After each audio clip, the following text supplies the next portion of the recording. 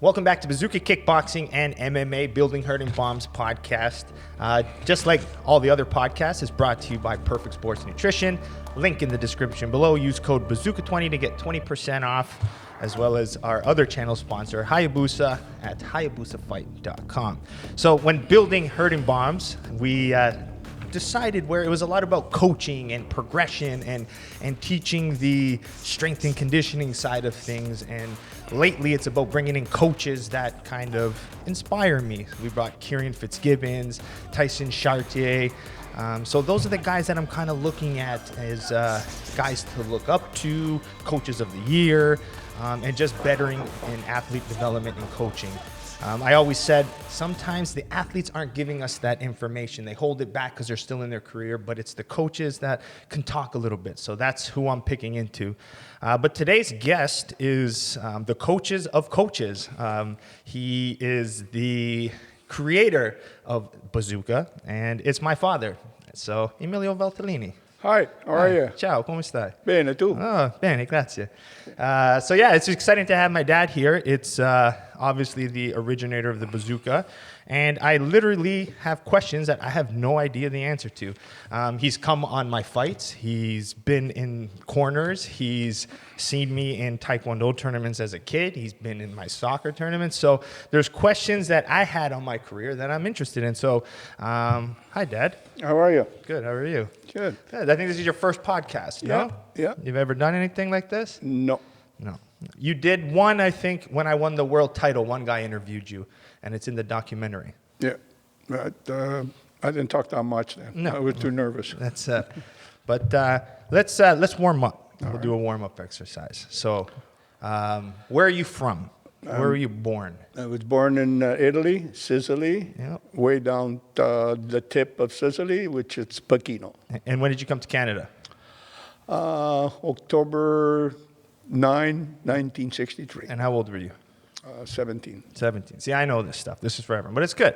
Now, what made you come to Canada? Why did your parents? So I'm Joseph Valtellini, which I'm named after my father's dad, and my dad Emilio is named after his grandfather. So it's a tradition to name your firstborn son after the father. So I'm named after my grandfather, my father's dad. So yeah, continue. So why did you guys come to Canada? Make a better life. My mom and dad, they want to make a better life for our kids, which was me and my sister, and it was a good opportunity, and everything seemed to be worked out okay. Yeah. And then you had family, you had kids, you ran a gas station here, Yes. You worked hard. I think the family was what they call immigrant mentality. Yeah. Blue collar work. You came and you worked. Yeah, 20 hours a day, 12 hours a day in the garage to support 4 kids, all the sports, soccer, Yeah. taekwondo, school, university. So I was hardly home, and I work hard. I got to enjoy the last 2 kids, which is Joseph and Louisa, because I got rid of the garage, and I worked for EMS, Yeah, the Toronto Ambulance. Toronto Ambulance. Yeah. So it worked out good because 12 hours a day, and I only worked 3-4 days a week, so I had time to spend with the kids and the cottage and Yeah. training the kids. So moral of the story, you had to work hard for everything. Yeah, I hope my kids appreciated what I Yeah, did. and you raised us the same way, I would think, Yeah.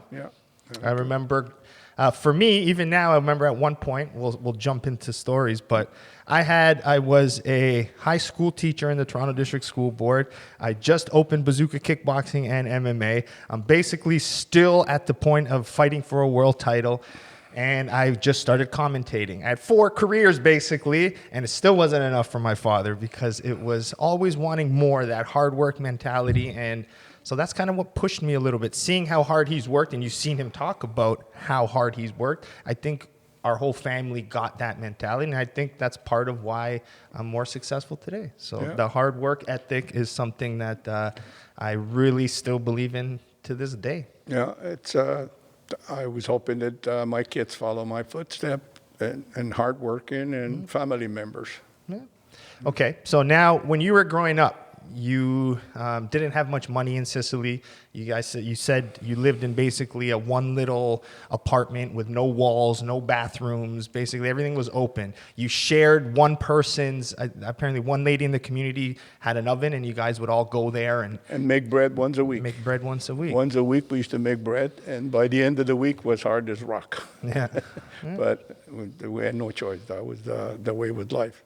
When I was born, I was a room 10 by 10. My dad had bicycle, the oven, a portable washroom. She had to do everything outside. No. Which is what a bedroom is today, not a house. Yeah, it was 10 by 10. The bicycle was hanging on the ceiling. I had a crib that it was from corner to corner with a rope and a sheet. Yeah, like you see in the movies, basically. Yeah, exactly. It was hard then, but that's why my father wanted to come here to make a better life for us and the future. So obviously you didn't play any sports growing up, or did you? We used to do different type of sports. We used to fight with each other. With a stick, with swords, kid stuff. Yeah. Jumping, climbing tree. But there was you didn't go to a community center and play on a soccer team, or there was no school sports, really. The famous guys in my town, near where I used to live, it was Charlie, because he had one soccer ball. Yeah. And everybody was his friend. And we'd go not where there was grass, where there's rocks, and there was everything but grass, and we just play soccer. Okay. So no sports really, but you liked sports. Yes. You loved sports. Yeah. Were you into martial arts at that point? No. I started when we came here in 63, I guess, that Canadian didn't like us. So they always used to call us WAP. Which means without papers. Yeah, for those and who don't know. Because we're a community on the Danforth where I grew up, and everybody was hanging it out, like all the Italians still do. And there used to be a lot of fight because they used to call us name. And there was 4 or 5 of us that we started training ourselves, self-defense, whatever we knew, kick, and whatever we could do, we just learned by ourselves. Wrestling stuff, kicking, and that was it. I was impressed with how high I could kick. Yeah. But then again, you're probably, 19, 20, 21 at this time? 21, I had my own business, so I was between 16 to 20, I would say. Okay. So then you ended up having kids. Obviously, I'm the 4th child, so I'm the youngest. I have 3 older sisters.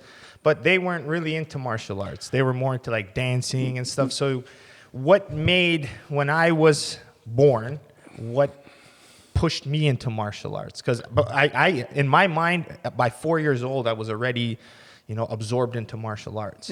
Yeah. Well, with all 3 girls, I had nobody to, spend time with it. Yeah. So I kind of, spent time with you, but I was into it. Because I like to kick, punch, do whatever. I used to run. But was it you pushed me to do it, or did I naturally just want to do it? Did I watch a movie? Did you try to hold something for me very young? Yes. I had a wooden box that we used show you how to kick it. The fireplace box, right? Yeah. We used to have the wood there. Yeah. And on the basement, there was a post that used to hold the house. And I got some stuff from the ambulance department when they used to sell them, some sponge. So I started wrapping around poles, start putting bungee cord all over the place. Yeah. And how old was I here? That had been at least 3, 4. 3, 4, yeah.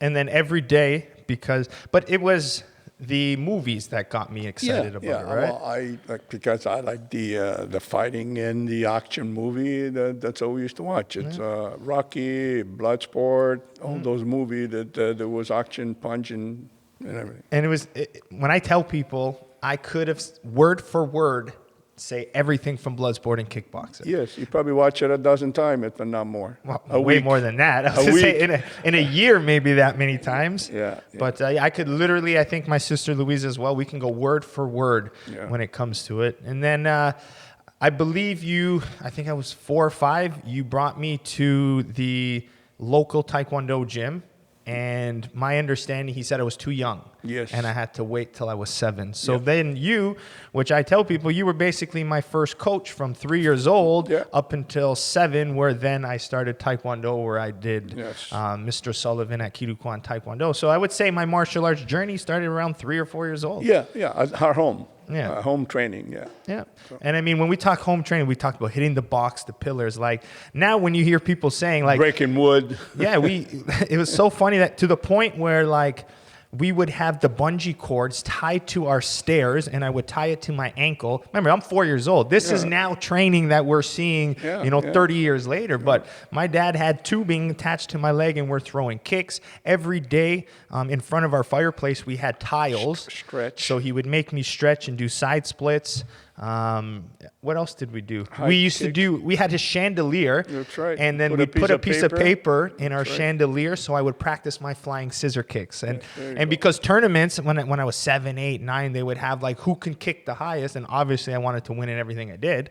So then we would practice, and next thing you know, I barely lost in any of these Taekwondo tournaments, right? I think you only lost once because twice. Once. Yellow belt. I made the kid's nose bleed. Oh yes, yeah. And then the second time I lost. It was a different type of. I was 15 years old. Yeah. So I only and I think I lost once in sparring. But how many Taekwondo tournaments would I do a year? Probably from 2 or 3. 3 to 4 we used to go. Yeah. And then if I did 8, 9 years of Taekwondo. So I competed a bit, and to only lose twice in sparring was pretty damn good. Yeah, but one because the guy just give him a blood, the nose bleeding, and that was it. You guys qualified. Yeah, and then I cried. I cried, and I went. I remember at one point no one could. Yeah, I remember no one could find me after that tournament, and I was in the stairwell crying. Yes. And I was more upset that 1, I lost, but 2, that I wasted our family money. Yeah. I was like, you paid all this money for me to go.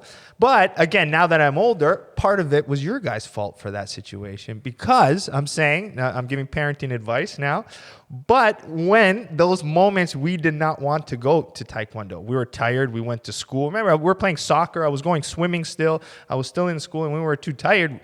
Our reasoning for not going, do you know how much money we paid for you to go to this Taekwondo? You better get your ass to go. So everything at that point, I was like, man, I can't let them down, 1, to lose. But if I win, at least our family money, it was worth it. I made them proud. We used our money well. I just couldn't justify losing and wasting the family money. Yeah. And that killed me. And that's why at 7 years old, I'm crying in a stairwell.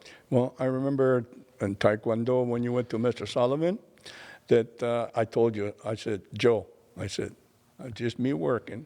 Mom's home taking care of you. Yeah. Everybody's got they've got everything that you want. I said, if you think you come in here to socialize and have fun with your friends, you're fucking wrong. Yeah. Because I'll grab you by the ears, even in front of Mr. Sullivan, I'll take you home, kick your ass. Yeah, because you're wasting time and money. That's right. That's right. You guys also said the same thing with school for me in university, because my parents, I was of the family, the first one to go to university, but of other people we know, we've seen kids and other family people go to school, waste money, and not end up anywhere. And then they end up paying 4 years of school with no anything. So that would have pissed me off. The line my parents gave me, if you're going to go through school and not go anything, pick up a shovel and start working now. Like if you're going to waste tens and 20s and 30s and $40,000, and then you might as well pick up a shovel. And if you're going to go through all that schooling and still not know, like it's crazy. Yeah. You know? Go work in the construction for a month and then you go back to school because you know how hard construction is. But it just worked out okay. I mean, I came from a place that I didn't have that much education. I only got high school, so I did the best I could with my family, and look what came out. So I started, my first sport I ever did was Taekwondo, right? Yeah. Then I did soccer. Yeah. Now, when you compare me playing Taekwondo, doing Taekwondo and playing soccer, I always say I was, average soccer player, slightly above. I wasn't the best. No, you weren't the best. I wasn't that fast for some reason. No, I played a year up. Remember that? I played a year up, and I would say I was average a year up, not even. You were not that great. The reason why they wanted you and you play a year up because you had endurance. Yeah. You didn't get tired. I remember a couple of games that we left Mr. Sullivan Taekwondo. Yeah. We drove to the field. But that's house league, no? Yeah, Or was this with you got with Bert changed, now? and you're still running all over the place, and everybody was tired because you never got tired. Even I used to tell you, I don't know if you remember, doesn't matter how good that soccer player is. Yeah, the he's going to get endurance. tired. He's going to get tired after half an hour. He won't be able to play around with the ball with Can't do you nothing. because you can't. That's right. So, Yeah. but that's why they wanted you because you just think you never give up. Yep. You never give up. So You average weren't that player. skilled. No. I'd be tough. Less than You know, half. 50-50 tackle, Yeah, I would yeah. probably Oh, come yeah. out okay. Yeah. Headers, I would pretty be okay. I mean, 50-50. Yeah, But I was a center back, so I didn't require much No. finesse or much play the ball. It's No. smash the ball out, defend your goalie. Yeah. You know, you big just didn't kick. give up. You didn't give up. Doesn't matter who wasn't beside you. You didn't give up. Yeah. That's one thing. And then the thing was, it was from that Taekwondo, I had a strong kick in soccer. So I'd be able to shoot a ball, do the goal kicks. That's right. And then that led me into being a football kicker. That's right. I played 5 years as a university football kicker. But I mean, I always said it's my hip strength from Taekwondo as a kid. Yeah. I'd blast. Even playing soccer at 10, 11, 12, Oh, yeah. the You shot had I that had kick. was Yeah. phenomenal, you know? So it all came down to my kick, even from a young age. So not surprising that my low kick and my right kick was Yeah. my Everything finisher. started from kicking. Yeah. So even when I was playing soccer, the one thing that still to this day, if you look at me, my hair's done, always shower things. So you've always brought into my life routine, Yeah. structure. Yes. And a lot of people make fun of me now about it, but I still, if someone were to say to me, what's one of my most successful things? My discipline, my structure, and my routine. That's right. And those three things, no matter what you do in life, without those three things, you can't do nothing. So when I look back at my childhood, it's more wake up. We always had to make our bed. We always had to do something. And then you would never let me leave the house without my hair done, my face washed, right. my hair combed, Cologne. and cologne, which Danny is making fun of me because Danny came in yesterday and I was like, Danny, we had another kid, Anthony, who's helping us out. He had cologne on. I was like, Anthony, you smell so good. I keep telling him. And then I go to Danny. I was like, Danny, start wearing cologne, man, so I can start telling you smell good, you know? He's like, I don't get it. He doesn't, I guess he's not the European Italian. my He doesn't, culture. it's not in his culture my to wear culture, yeah. cologne. No. If I go out of the house You have to. four times a day, I put cologne Yeah, every see? time I go So out. now it's you a know where I get it European from. thing, Yeah. it's a Now you European know thing. where I And get it from. nobody touched Joe's hair. Yeah. And that's Yeah, the yeah, other no, thing. no, That's I what I'm get moving that. to. I Do get not that. touch my hair. Yeah, I Because understand even that. my first year of soccer, I remember, I mean, coming from Taekwondo, you got to think, I was a black belt at 10 years old. So at 10 years old, I had full control of my body. I knew how to move it, step it, control it, stance, footwork. Like, that's so important. You got to think from a young age, if you push me, I know how to get in a strong, stable stance. Everything's about footwork. So, I mean, as soon as I played soccer, I just dominated house league soccer. Yes. I was a center forward at that time. I'd score 10 goals a game, MVP, leading MVP scorer. the first year, and then some people wouldn't believe it. Said, you just started playing soccer. They and would you have got thought the I played MVP. forever at 10 years old. But yeah. at the end, they gave me my MVP award, and then the lady, the organizer, went to try to mess my hair, and I ran because the whole purpose was we got to that's mess not Joe's hair up. But then that even came in. Watch my world title what fights. happened, though? At the end, I'll Yeah, make yeah, sure my hair is always done Did you perfect. lose it on her? I ran away. I was 10 years old, you know? Yeah. But yeah, don't touch my hair. But that's all come from the early age of don't leave your house, wash your face, do your hair. Everything's got to look good, smell good before. Be presentable when you leave the house, you know? I remember one time, Danny, that my wife Inza, she went to Italy for some problem, and it was me, Joe, and Luisa, and I got to cook. I got to clean it. Work. Yeah, And- work. Well, I took some time off, but he went to Taekwondo with the suit that it was Ringo. Yeah. From that time on, when he went in, Mr. Solomon says, "You're cleaning all the trophies. Yeah. You're washing the washroom." He said, "You don't come in like that." Yeah. Really? Wow. That was and then I started to learn how to iron. because Enzo Iron my wasn't here. Taekwondo uniform, yeah. And he was the only one that was on suit bag, right? suit bags. Yep. Everything was done. Everything was hanged, and it was his responsibility. And that was the only time that he got caught doing cleaning trophy and floors and stuff. So, Particular, but look at me now. I'm still the same way. same way, But yeah. that to me, people, I laugh and I joke about it, but I call myself, OCD, obsessive compulsive. But I mean, those are perfection. And I gave Danny this rant the other day. If I'm a believer where, okay, I want to be I live my life as a martial artist. I wake up, I intermittent fast, I stretch, I read, I do breathing techniques, I do meditation, I do everything in my life as a martial artist. And everything has to be perfect time scheduled. So my life is set up that way. So if you want to be this professional, successful person, but you wake up at random times, sometimes you eat breakfast, sometimes you don't, you have to be perfect in every aspect of your life. It's a dedication. If you want to be good at something, okay, wake up when you want. But if you really want to be the best in the world at something, you have to be perfect in every step of the way. The way I even put from my dad as well, even when I put my notebook, if I look at a shelf, everything has to be on right. Life has to be perfectly set up in order to be successful. That's my belief anyways, and that's what's raised to me, but that's definitely stuck with me. And he had, when he was young, he has a hard head. If he says no, it's no. Yeah. I got that from somebody, though. I didn't in the house. No is no. Try to get my dad to eat ketchup or mayo or even try it. No is no. We went bicycle riding all the way to Danford and Coxwell. And I don't know what happened on this day. He got fed up about something. Do you believe he fucking walked the bike? He didn't ride the bike and walk all the way home? Yep. Really? Yeah, Stubborn. he was Just pushing the stubborn. bike. Stubborn. Yeah, Oh, that's he hilarious. pushed the bike all the way there. Yeah. Yeah. Wow. It's no is no. Because he said no, it was no. You know. Wow. But just like our first podcast, like when I said, for example, I'm only eating 10 almonds, I won't eat the 11th almond right. because my mindset is set that way and I'm not going to change it, which is good.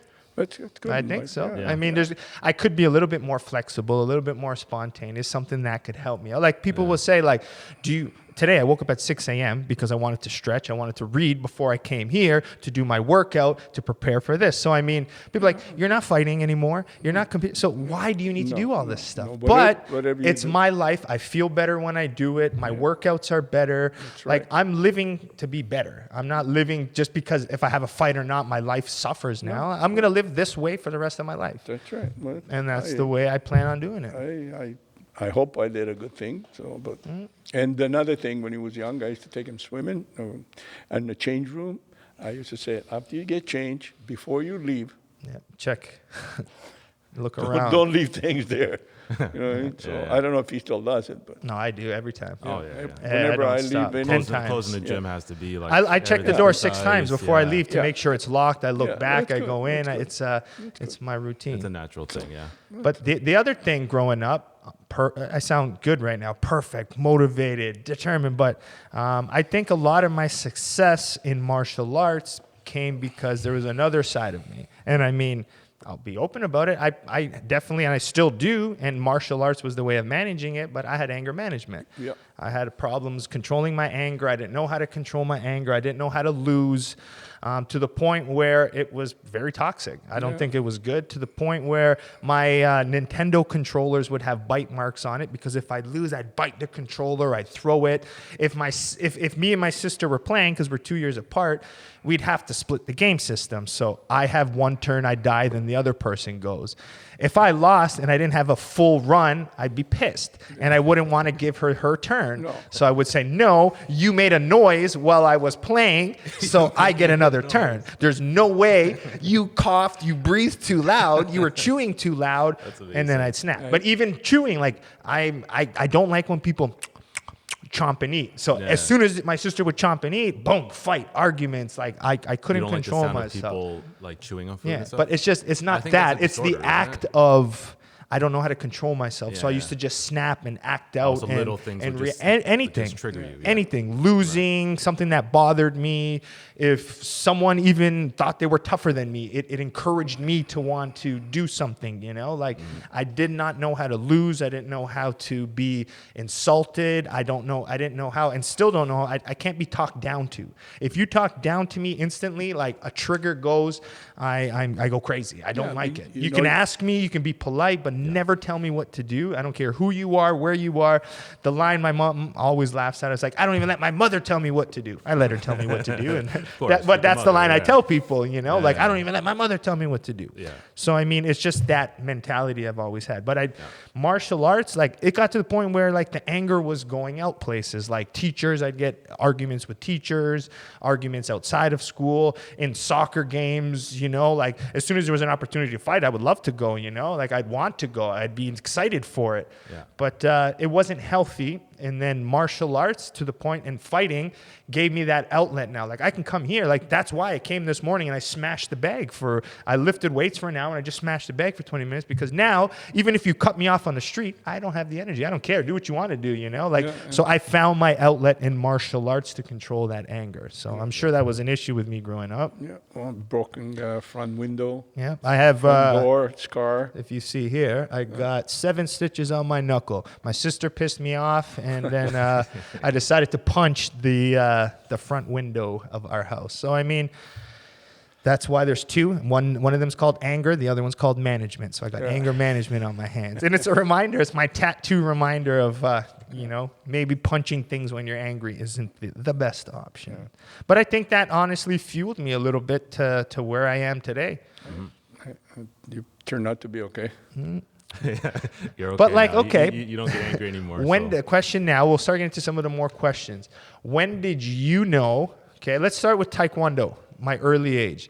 Did you ever think I would have become an athlete of some sort? I knew after about a week or so. Because into what? Taekwondo, into soccer? Taekwondo. I used to be on the window. I never let you. Which I hated, by the way, until I was like 13. I don't He care. Let's say it first. He came to every Taekwondo practice. He'd finish work, come in his uniform, and watch me do Taekwondo. I'm 13 from, 9, 10, 11, but then 12, 13, 14, 15. I'm a teenager, and my dad's the only one watching. That's embarrassing. Why is my dad the only one watching? That's embarrassing. Go home. Like, I'm okay. Like, you know, so he came and he watched and then he knew. So then every time I'd come home, he would mention, remember when Mr. Sullivan said this? So I couldn't get away from it. No, but I noticed on your eyes how serious you were when you used to do things. Mm. And if I wouldn't have been there, like most of the parents, that was a babysitting place. They left drop you off and they used to go. Mm. I dropped you off, I came up, and I looked. Because if you weren't doing what you're supposed to do, you wouldn't have been there a week later. That was the thing. And I used to enjoy watching you and the sport. Mm. But when did you think, okay, after the first week, you're like, he's going to be a world champion? There's no fights. There was no opportunity. I knew that, like I said, you were structured. Every time you did something, it had to be done right. It had to be done right. And we used to... But what happened if it didn't go right? I'd lose it. If I couldn't skip, I'd fucking snap. You did. I know. I could only skip one revolution. I'd throw my skipping rope. I'd tell everyone to F off. Danny. Yeah. If I couldn't do something, I'm snapping. Losing it, breaking things. Then he cried for hours because he couldn't skip. So I says, okay, Joe, go home and we practice. We used to practice after Taekwondo. We'd take him home and we used to practice the same thing that he did, like the pattern that we keep it up. And before I used to take him to Taekwondo, he would have to practice the move that he was supposed to do. Mm-hmm. So he used to do before and after. But he cried skipping. And at home, we tried until we got it. So I said, and I used to tell him, I says, look, anything you do, don't run. You walk first. Learn how to walk. Once you learn how to walk, then you can run. So. Yeah. But, I mean, it was, whatever it was, I mean, you would have done the drills anyways. Even with soccer, you would set up soccer drills outside. Yeah. So it wasn't necessarily a sport, but you were just coaching me to be better in whatever I was doing. You were being a parent. Yeah. To go in the backyard or in the schoolyard next door.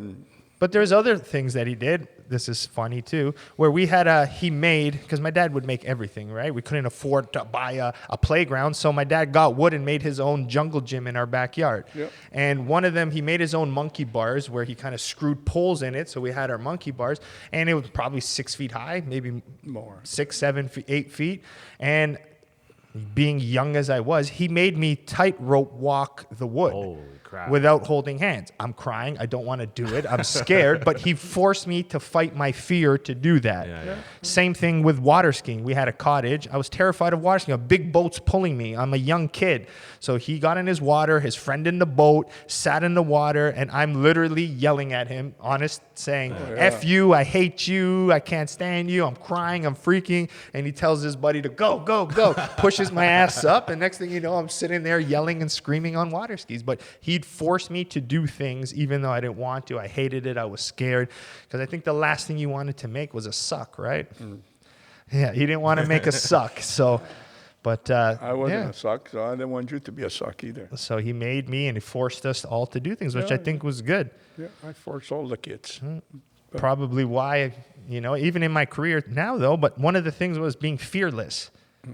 I think my fearlessness comes from what? Maybe the anger. Like, it's pretty crazy what I did. Like when I went to Turkey, I probably was the stupidest thing anyone would have ever done in their life. Yeah. No coach, no Fighting a experience, fighting a legend, and all of that stuff. Like, where did I get that confidence to be able to go and to do something like You that? used to lock yourself in. You just tunnel your vision, and that was it. Yeah. You didn't care about anything else. Yeah, I think, that's one of the most, sorry, we're trying to find a little buzzer here. That's your phone, Dad. So my dad is a scheduled person. He puts reminders on his phone. Yeah. And this reminder is to call his mother, my Nonna Pina, who's 95 years old, by the way. So 95. Yeah. Wow. 95, Nice. Wow. So he puts a reminder to call his mom every day, which I think is a smart Nice. thing to do. So you Yeah. don't forget, and it's a routine. See, now it's starting to make there you sense, go, Danny. See yeah. how it's starting to make sense? Yeah, where it all comes where the together. bazooka was made, the Yeah. structure, the routine, writing things down, putting schedules, Yeah. routine, discipline, structure. It all starts sounding the same. Yeah. Next time, if my mom's ever confident, we'll get her on here, and Yeah, you'll yeah. see where my organizational skills and structure I comes understand, in. I understand everything. It was just the cologne thing that was like, to me, that has zero influence on me. Yeah, the cologne Whatsoever, thing. All yeah, right. because my parents Maybe don't grow up with maybe one cologne, day right? for your So birthday, I'll give me a take you cologne shopping. Danny, if you come over the house, Yeah. I got cologne in the garage. Yeah, Oh, you got one for every. I got cologne in the shed. yeah, just in case. I got cologne in the car. Really? I got underarm everywhere. Wow. It just, Yeah, and being prepared was another thing. If you go into my dad's car, he's got files, nail clippers, Band-Aids, clips, pens, paper. What do you need? You got it. We got Emilio's Hardware and Convenience in his car. you never know when you get Hardware stuck, right? convenience. And then I you always, have it. I always had old cars, so I always prepare. Yeah. I prepare myself to Ready for any whenever. situation. Yes. Anywhere you are. Okay, Good. so now I'm kickboxing. I went to Ultimate Martial Arts. Paul Minhas is my coach. I'm 19 years old. Okay.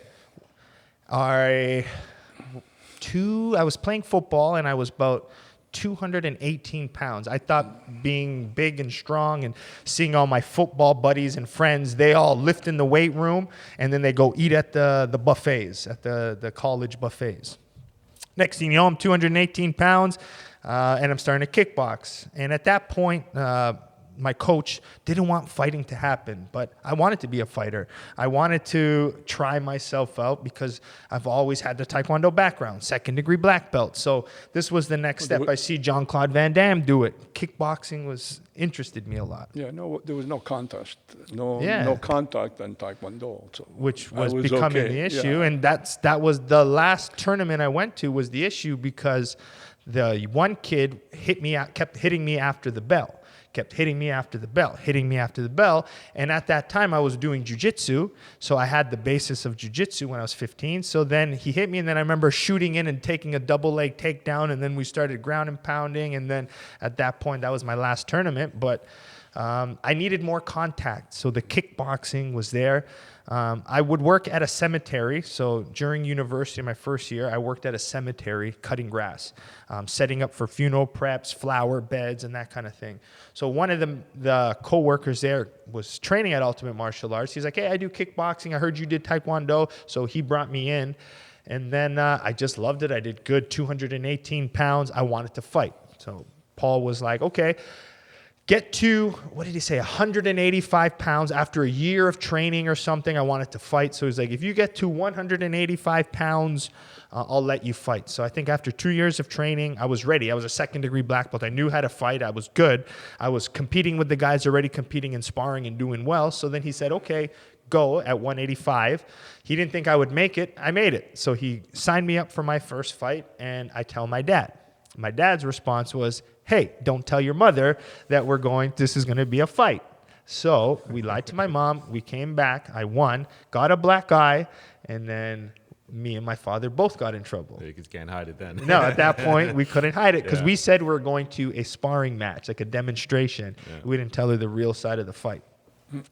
And then you probably got in trouble more than me. I get trouble even today. Yeah. So I don't think. It's part of the life. So Mom didn't speak to us probably for a bit, but then that Oh. was it. Okay. Nothing lasts forever. So when did you know from kickboxing? When I told you like I'm gonna go professional, or when I said I'm gonna compete amateur, what'd you think? Were you like, it's okay, it's a good sport, he's good at it, he's okay, it's a fad? It was okay because you never lost. Yeah. And through Taekwondo pattern, tournament. So I was never saw me lose. I was very confident, and all these tournament before you went pro, it was a piece of cake, So I was really comfortable with it. None of the amateur fights I'm sure you were still a little nervous, but The one that I was nervous, it the was no the shin one. guards. No, when you went 165. Oh, the one On, Josh Fitzsimmons. Yeah, that was I was pissed off, and I even told had no you. choice, I yeah. even told you that because I could see that it wasn't yourself. 165. There's no way. I got sick. I literally had a sinus infection. And Derek held pads for me. And rest in peace, big man. And I did 5 round kicks. And I was like, I can't breathe. I'm like, stop. I'm just going to save if I warm up anymore, I'm not going to be able to fight. Wow. So I went in and I fought 3 rounds. I mean, I did well. I outpointed, outbeat him, but I didn't have the power. Like usually knocked him out. Usually I would have. I mean, the kid was good. He was one of the best amateur fighters in the province. He fought Troy. He fought international. He was very good, more experienced than me. But I was the up and coming next pro out of the country. So I blasted him out, but I didn't get to hurt him as much as I did. And after that, I was like, I'll never go that light. And it was same day. It's not like I had a day before. Amateur, same day. Yeah. So that's the one I was really. But the other really thing worried. too was like people don't remember my amateur career. It's not like you fight amateur like you do in other parts of the world. Amateur in Ontario. I'm from Toronto, which is in Ontario. Professional kickboxing is illegal. Yes. So I had no understanding of what happens outside of Ontario. We only had amateur kickboxing.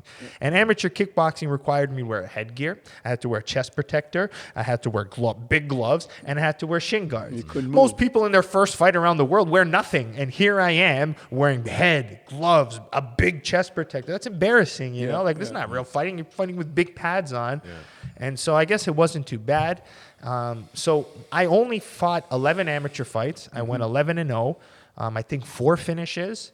And before I went pro, I only fought once with no shin guards. Yeah. So I didn't have the experience of no shin guard fighting. I only did it once. And that one time I did it was for the provincial title.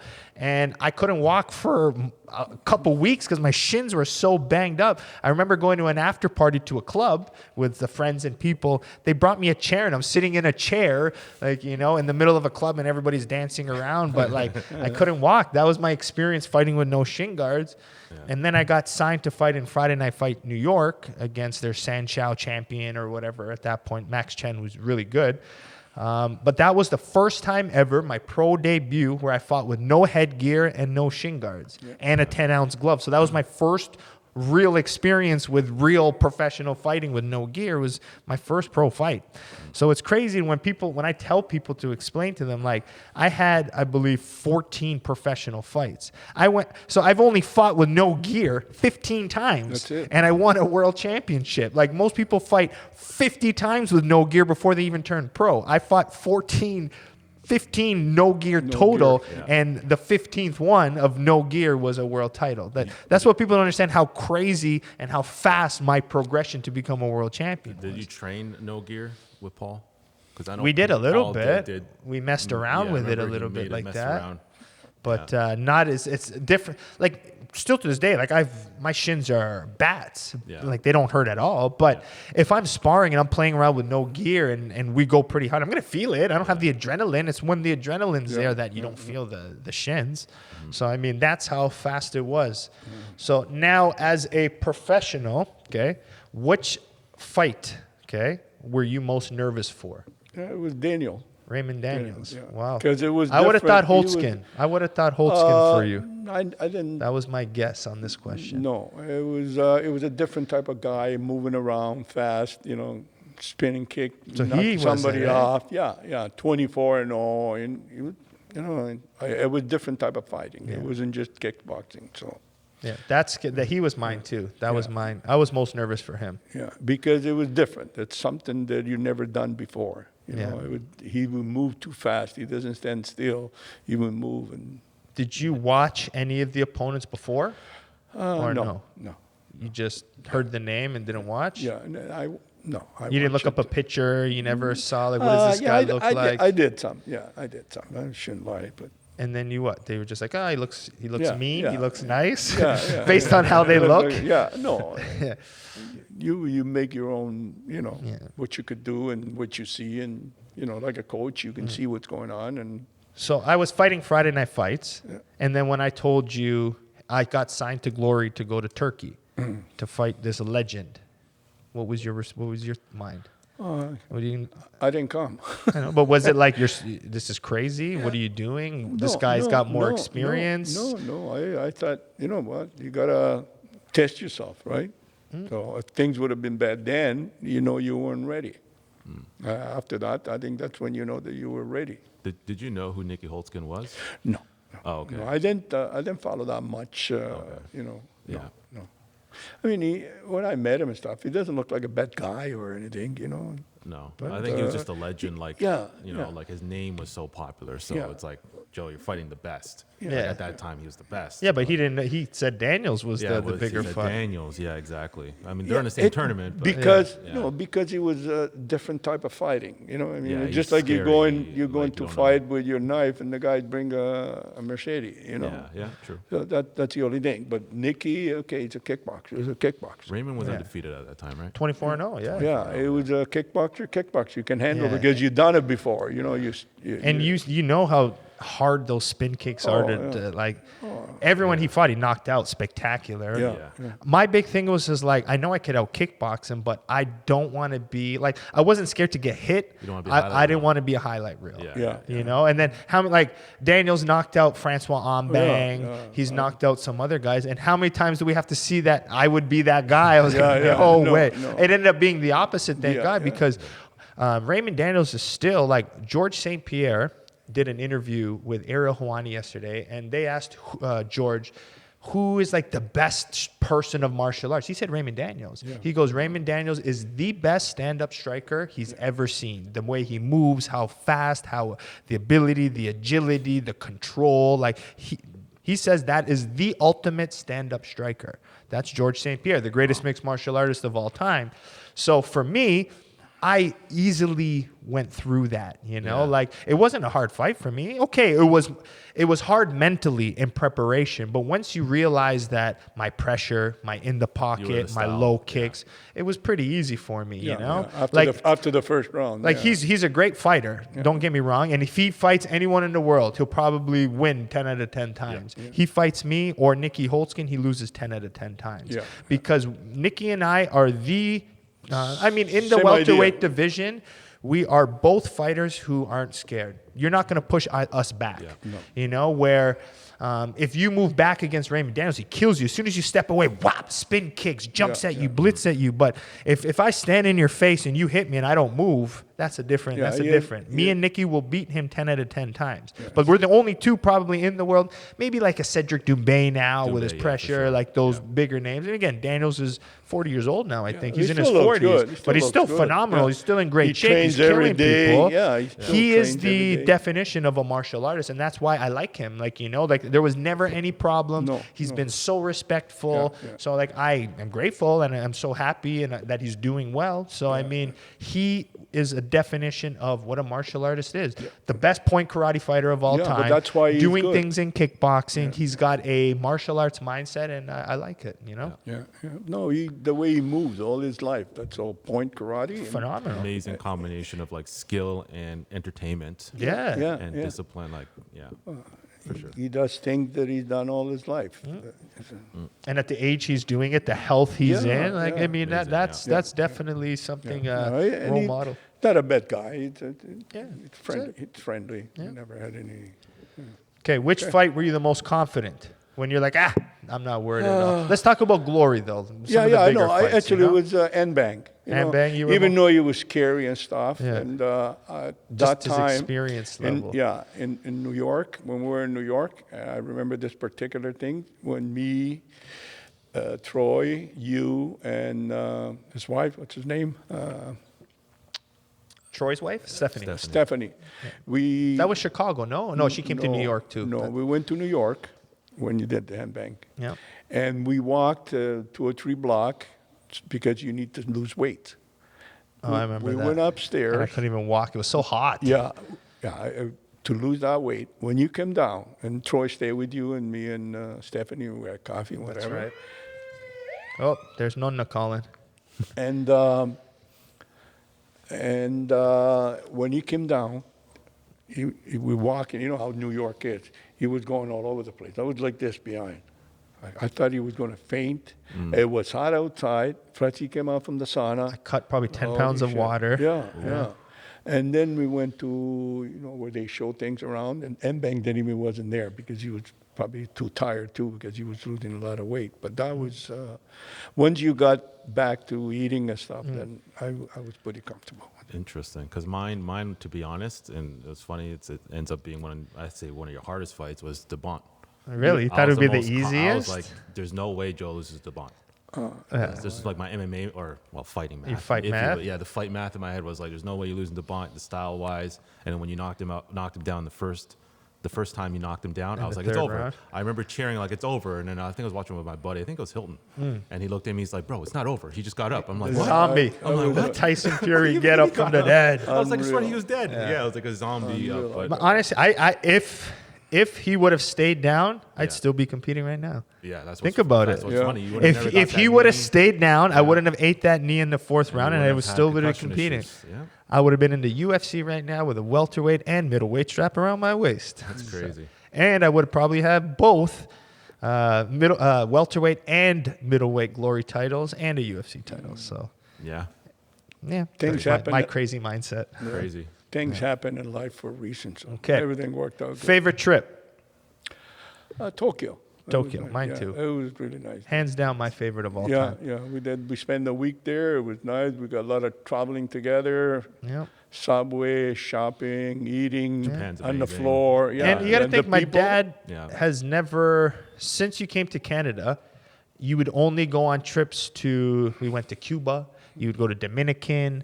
I don't think you've been to another country No. outside of Canada, US, and the islands, right? Yeah. What other? I mean, your wedding honeymoon, you did a few countries in it. Germany. You did Germany, no? We went to Italy, yeah. Italy I and went Germany. to Germany, yes. But yeah. close. But you never saw anything else. No.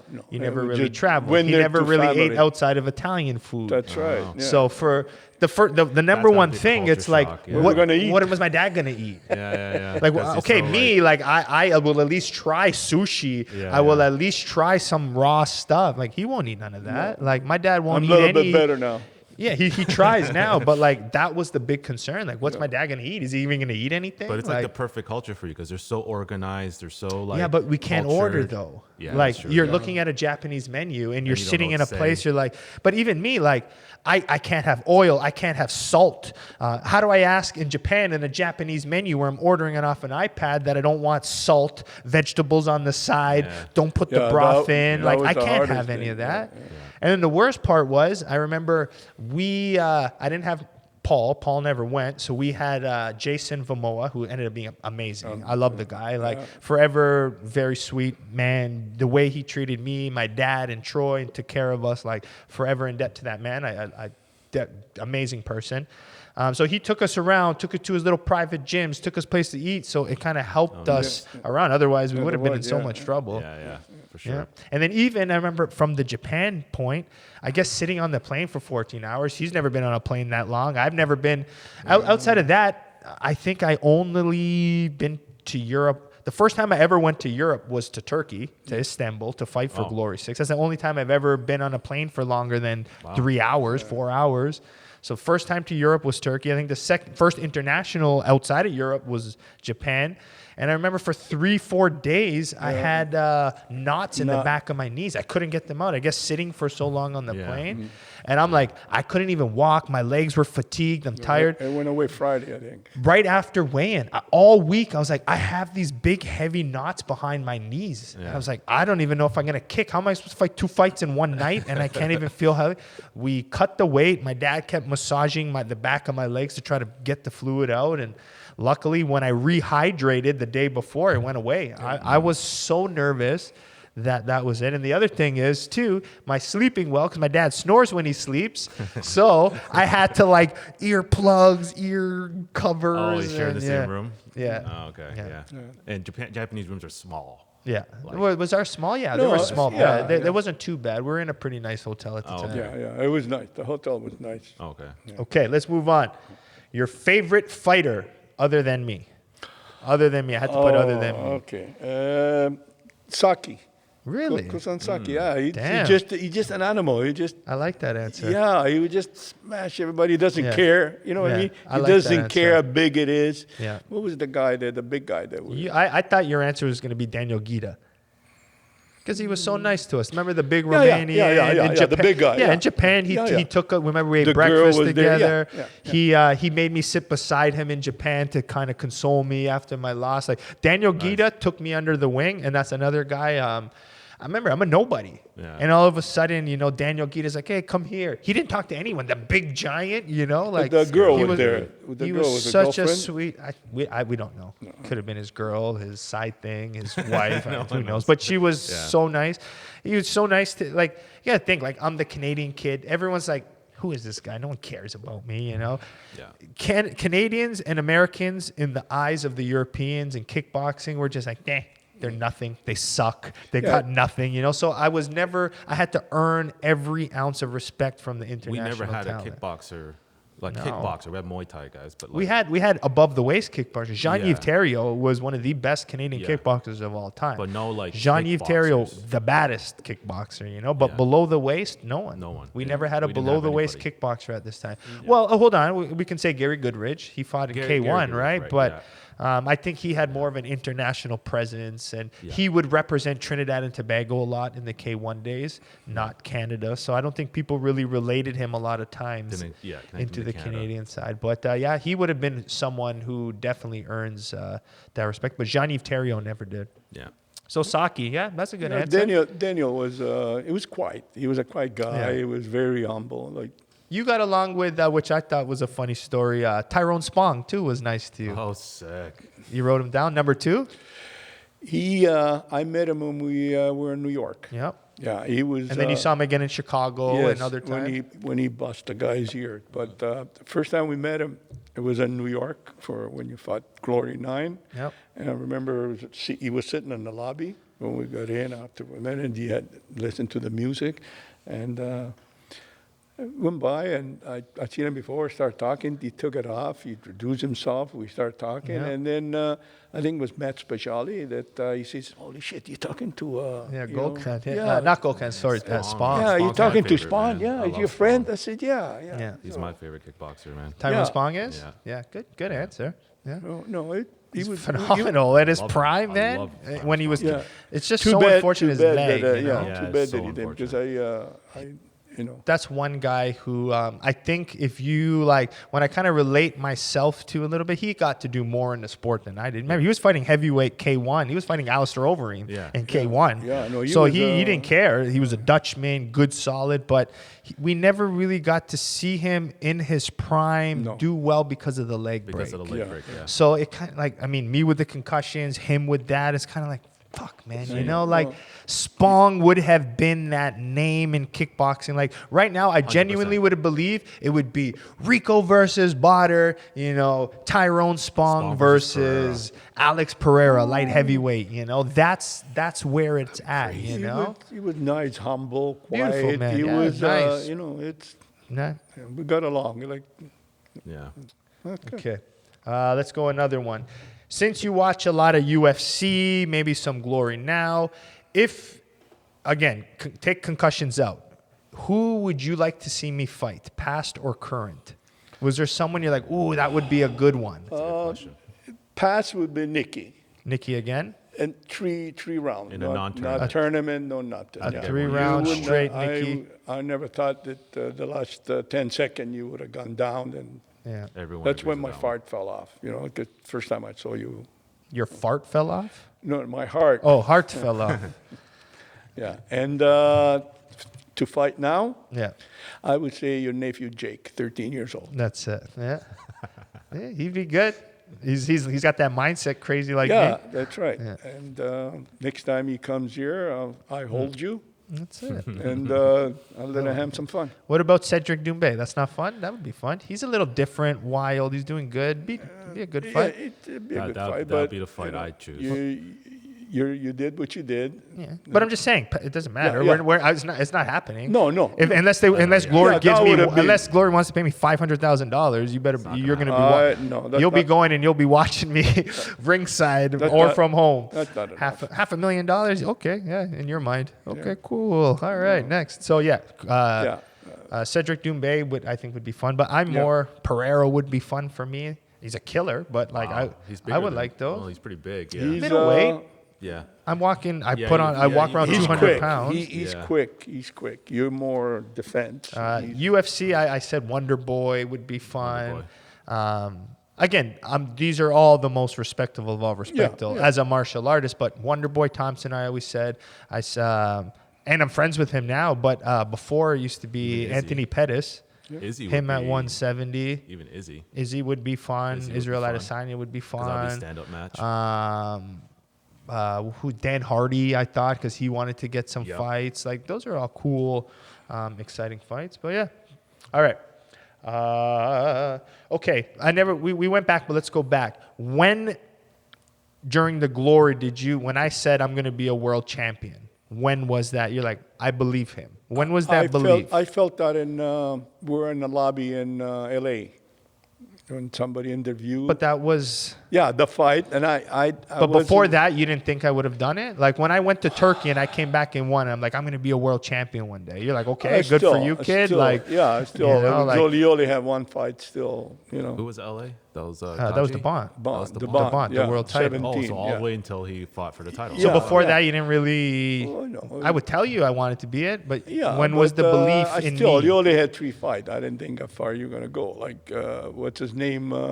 Glory 11 in Chicago. That was That's tough. That yeah. was, the last 10 seconds that you end up going to Tokyo. Otherwise, you wouldn't have gone to Tokyo. Remember? The finish, yeah. I think I was 10 sold, I was seconds sold left. On 10 Gaji. seconds I was left. sold on Gaji. I remember the Gaji. Gaji, yeah, he was good. The Gaji Reggie was good. like, the Gaji Reggie Big was like, time. okay, whoa, okay, I guess Gaji was good. like Joe is that good, right? Because you never know, right? Yeah, It's he's just technical. like- He was smart. He had the Oh. experience. And he then was when nice. you He's a Gaji, nice guy. yeah. He was a nice guy. Still now, like when I did, he fought Cedric Doumbé in Yes. the Glory. Yeah.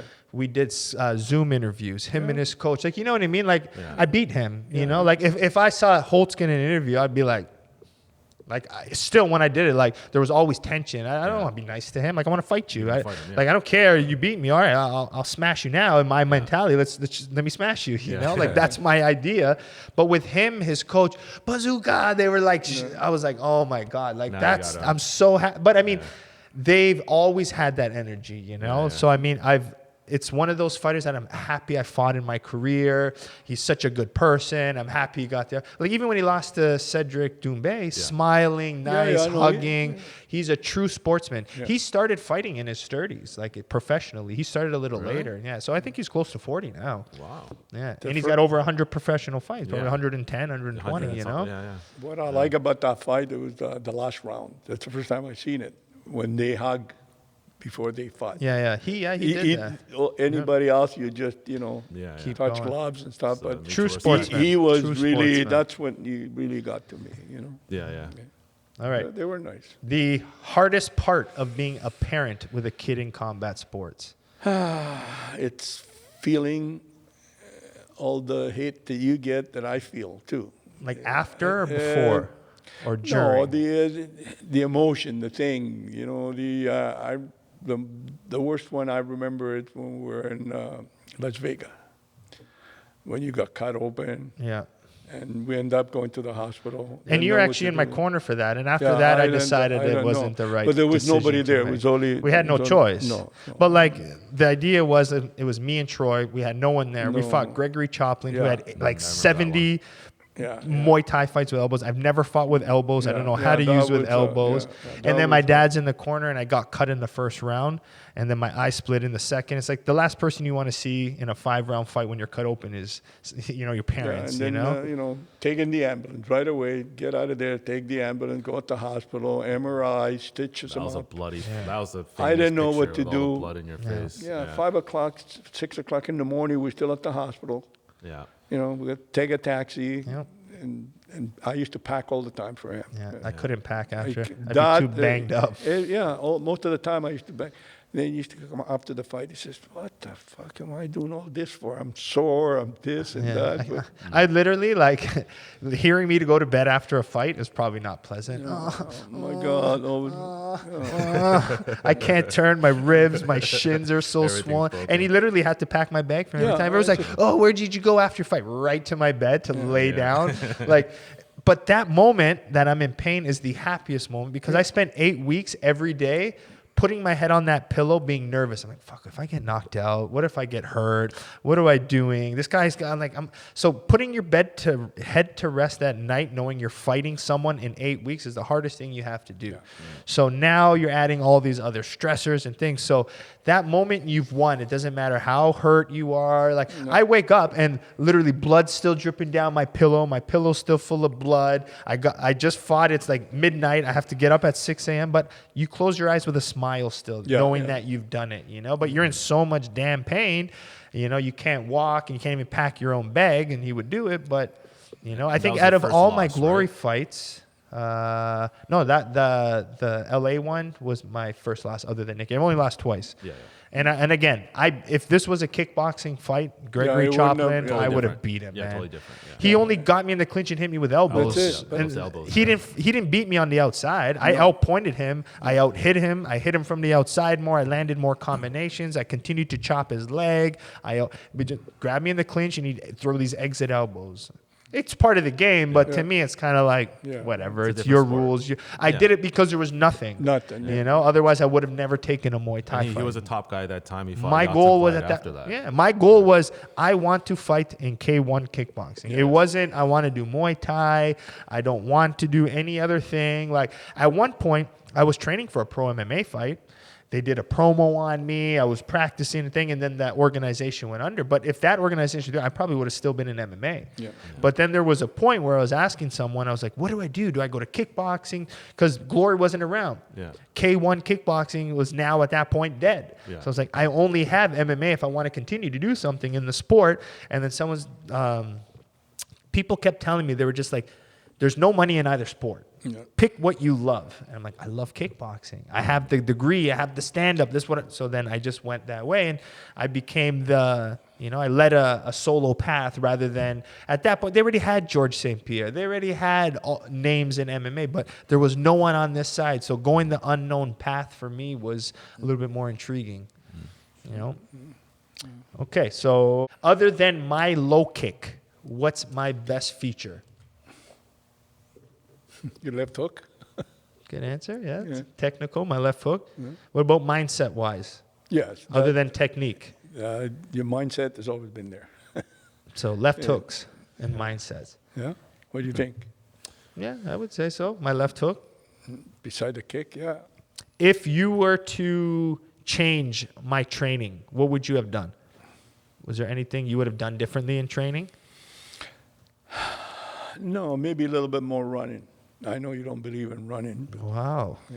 Damn. A little bit of running. Hey? To do. Okay, yeah, that's fair. Interesting. We talked about southpaw too. You probably would have done a little bit more. But I told you that from when you were young playing soccer. Yeah. Whatever you do with your right, you got to do with your left. Otherwise. But I never did that, so that's something we could have done. No, yeah. But you never wanted to do something different than, start all over again because you were good at kicking with your right. And you didn't want to even kick the ball with your left. Yeah, but I mean, when you play soccer, you rarely see a soccer player kick a ball with his left foot if he's right-footed, no? But still, it teaches. I like it. Yeah. Makes sense. It's same thing now. I noticed that the last year or so you've been doing 4 years. Yeah, no, you've been doing switch and stand, Yeah. which it's Yeah, my thing was screws box up. more and southpaw. yeah. I mean, the idea to box sooner, I didn't need to at that point because my low kicks were so good. The only time I really needed to box more in my career was when it was a tournament and my low kicks didn't have the power. That's where the hold skin forced me to box a little bit more. But if it was a 3-round without it, I feel like I wouldn't have to box. I could have just kept chopping away. He still switched stances because I hurt his leg. Yeah. He kept switching. But if I had the full power, I just threw probably 100, 200 low kicks 20 minutes before in a Raymond Daniels fight, took 2 big knees to the body. I had 2 black eyes. So before I fought Holtzkin, I had 2 black eyes, a bruised rib and sternum because Daniel did 2 blitzing knees in a row that caught me. So I had a bruised rib already, 2 black eyes. My shins were already swollen. So it's like at this point, like I didn't have as much power and pop, and you can see that. And I still took some shots. Raymond Daniels, the best point karate fighter. I took a few shots. So, I mean, my equilibrium wasn't all set. I fully wasn't recovered. So that's where I felt like boxing at that point would have been, helped me out in that fight. Yeah. But it's good to know left stand, right stand. It's good to know everything. It's good to know boxing. It's just like on my car. I got everything. I'm ready for everything. You're ready to go. Same thing with the fight. You got to be ready for everything, mentally and everything, right, left, anything that comes, you got to be ready. That's it. All right. Any last questions, Danny? You want to ask my dad?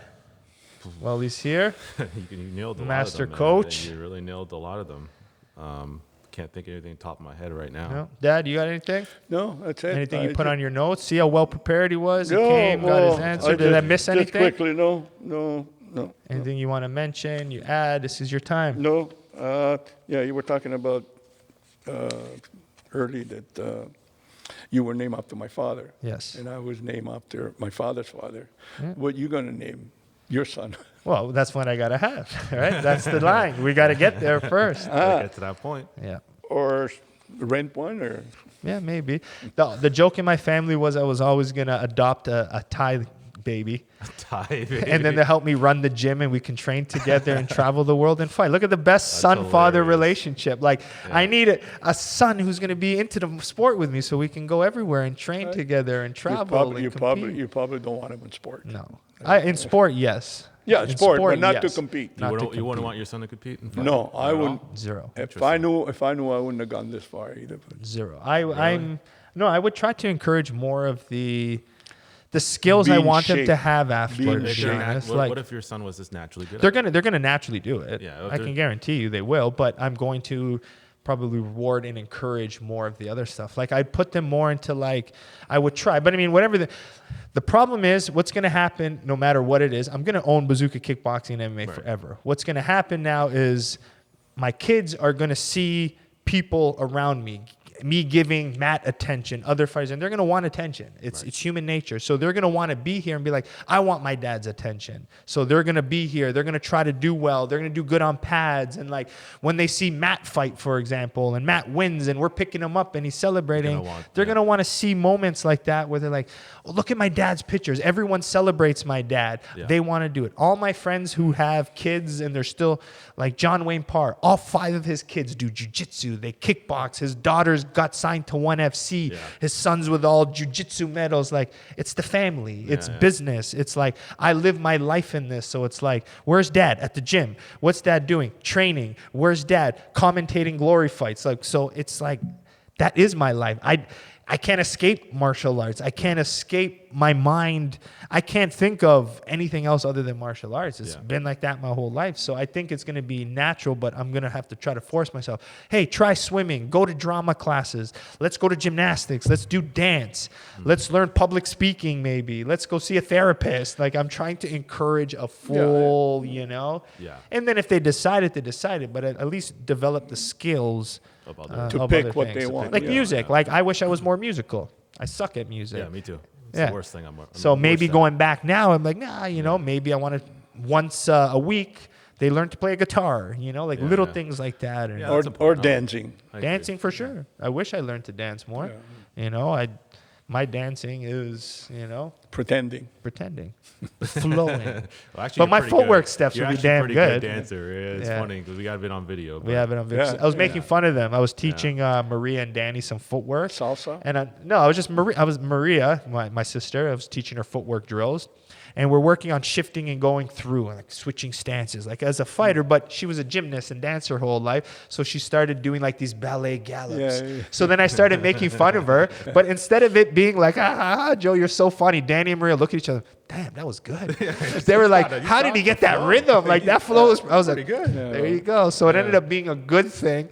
I don't know. I'm a little shy about it, but should we post it on there? It's up to you. You All right, said let's it to me, on. I'll put it. So it's me making fun of my sister on how to do this little ballet gallop step, and I look like a fool, but we'll post it anyways. Hopefully it'll get a nice laugh and a smile, and that's what we want. So, okay, so I have one question then. So are you relieved that he retired when he retired? Were you happy? Yeah. Oh, yeah. Happy. Well, I'm saying, Yeah, you know. he's not happy. but- Danny, you have no clue until you have your own kid. Yeah. After a fight in the room, I didn't even change. I slept with my clothes on because they told me make sure he doesn't fall asleep. The old school stuff. Yeah. And so we never, I always buy champagne. We used to party all the time and that was the only time that the biggest party could have happened, but it didn't happen. And thank God that, like Joe said, I got everything, even in my pouch when I travel. I got pills, painkiller, all this. And that's all he did, popping those because he couldn't take it. Wow. Yeah, it's crazy. And then I have to dress him, pack, and drag him. Yeah. Yeah. Well, there's the good side. He's also had to do that for me post celebration New York. Yeah. That's partying too much, where then he has to pack my bag because we talked about stumbling when it's sore, but we've also stumbled drinking too much in New 4 York. o'clock, that was the night we had. That was my favorite party yeah, ever. yeah. We had a whole floor of a man. rooftop party. Yeah. Our Nice. friend hooked it up. We had a Yeah. private party. Rooftop party. Yeah. You should see Matt It was dance. packed. And then Oh, we man, got our that's own nice. elevator up. Yeah, and yeah. all my friends from Toronto came too. So we had Nice. an extra big party. And Yeah, it 4 or was- it 5 was o'clock fun. in the morning, walking on New York, and I was like this. Joe was going all over. A little Yeah. too much to drink. So regardless, I needed my bag packed on those. But again, going back now and with what I know about head injuries, I would not drink after my fights. No. So that's a learning experience, right? But I try even now with the guys on the team. I was like, yeah, there's other things we can do to enjoy, but let's try not to drink the day after you take brain trauma, you know? So those are the small things. But all right, Dad, cool. You did better. I know you're a little nervous. You wrote things down, but you did good. It's okay. You did good. I I'm think it getting was old, nice. you forget things. Hopefully I don't too. Let's keep the brains good here. All right, guys. So everyone watching, thank you for listening. Hope you enjoyed the podcast with my father, the coaches of coaches, the maker of the Bazooka. And hopefully you enjoyed it. I got some questions that I didn't know. Just surprised that he brought up Tyrone Spong is one of his favorite fighters, and Saki too. One thing about Saki with the last answer, one of the things he did, which was one of my moments, because when I fought in Istanbul, he was the main event, and I got to go to a press conference where I'm sitting beside him, didn't know him. Gita and Yeah, so after I fought in Istanbul, I guess he would have saw me in New York. I don't think he fought in New York when I No. was there. He was Chicago. off, and then he was in Chicago. And remember, we went to the gym to do the open workout, and then there was too long, so we went to a restaurant. Yes. He came up to me and he goes, "Hey, Bazooka." He goes, "You're a very good fighter, man." He goes, "Though you fought very good in Turkey. All the Turkish people, like you and are still talking about you." From that moment on, I was like, Saki said I did good. Crazy. I'm like, I made it. So that Yeah, I knew. moment that Saki told me in that restaurant when he came up to me and my dad at the table, I think we're sitting at a table. He came up to talk to us. That was one of the moments where I was like, like a a confidence big booster. moment. But it's just a positive moment that Yeah. from somebody that good. that I looked up to tell me that I'm a great fighter, and I was like, that's it. That's when you knew you belonged. That was a moment. Like it's a small moment that he doesn't even know, but Yeah. made a big difference for me to fight with confidence and know that I was good, that I was getting the recognition Yeah, yeah. from that level of guys. So he doesn't know it, but it did stick with me and mean a lot to me. Nice. He didn't lie. He just said what he Yeah, felt but it means a lot. like to So go. I Yeah. try to do that now to some people, That's to right. always go out of my way to say, That's right. great fight. You did well. You know, I'm excited to see you again. Like, you know, like I try to do that to people because it helped me a lot, right? That's the way it is. Pass it on. Okay. All right, guys. Remember, keep supporting the channel by checking out the channel sponsors. Link in the description. This podcast is brought to you by Perfect Sports Nutrition. Code Bazooka20 in the link below. And we'll see you next time, guys.